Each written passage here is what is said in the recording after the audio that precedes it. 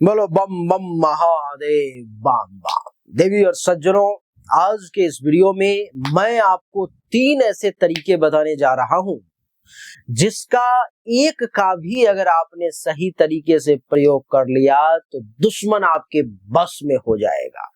आप जैसा कहेंगे दुश्मन वैसा ही करेगा। वो दुश्मनी भूल करके, शत्रुता भूल करके आपसे मित्रता की हाथ बढ़ाएगा और आपसे ऐसी पक्की दोस्ती होगी, अथवा दूसरे शब्दों में दोस्ती अगर छोड़ दूं तो यूं कहूं कि वो आपके बस में हो जाएगा। आप जैसा कहेंगे वो ऐसा ही करेगा।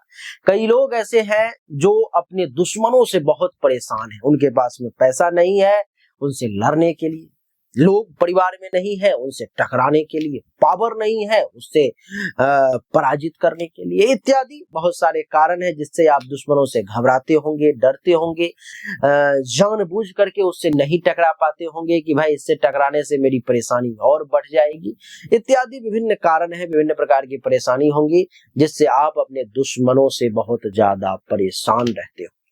तो आज मैं आपको 3 ऐसे तरीके बताने जा रहा हूं जिसके माध्यम से आप अपने दुश्मनों को अपने बस में कर सकते हो, उसे अपने बस में करके, वशीकरण उस पर में करके आप उससे जो चाहो वो करवा सकते हो। सबसे पहला तरीका बड़े ध्यान से सुनना है आप। क्या है कि शनिवार का दिन होना चाहिए, पुष्य नक्षत्र होना चाहिए। पहला वाला जो आपका उपाय है उसका बता रहा हूं कि शनिवार का दिन और पुष्य नक्षत्र में क्या करना है कि भोजपत्र एक पेपर होता है, उस पर में लाल चंदन से उस दुश्मन का नाम लिखना है।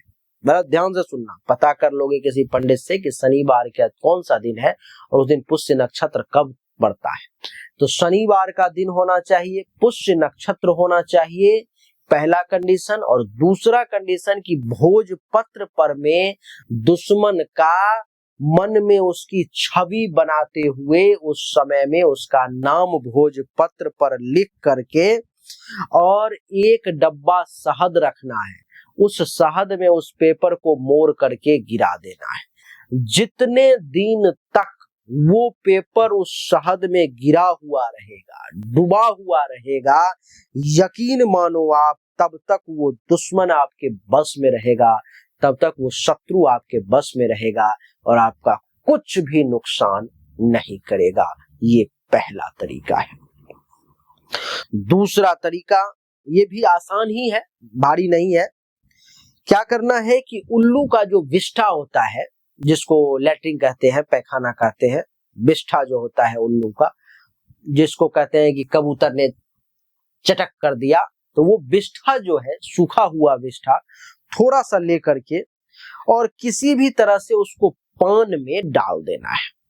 और शनिवार के दिन जिस दुश्मन को भी आप खिला दोगे वो पान, यानी कि उल्लू के सूखे हुए विष्ठे को पान में डाल करके शनिवार के दिन जिस दुश्मन को वशीभूत करना चाहते हो उसको किसी भी तरह से अगर वो पान खिला दोगे, आप ये समझ जाओ कि वो दुश्मन आपके बस में हो जाएगा।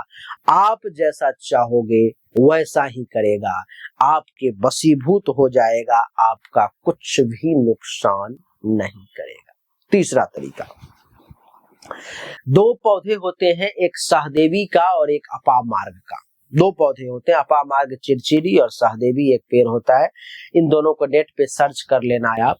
अपामार्ग और सहदेवी के पौधे में से, पेड़ में से थोड़ा सा रस निकाल लेना है और लोहे के बर्तन में, यानी कि स्टील के कटोरा वगैरह में, लोहे के बर्तन में, लोहा का कोई अगर कटोरा वगैरह हो, उसमें उस रस को निकाल लेना है अच्छे तरह से घोट करके, और उसके रस का अपने मस्तक में अगर आप तिलक करके दुश्मन के सामने जाते हो, उससे किसी भी प्रकार का विजय हासिल करने के लिए, उस पर काबू करने के लिए, उस पर अपना वर्चस्व जमाने के लिए, यकीन मानो वो दुश्मन आत्मसमर्पण कर देगा, आपके सामने टिक नहीं पाएगा।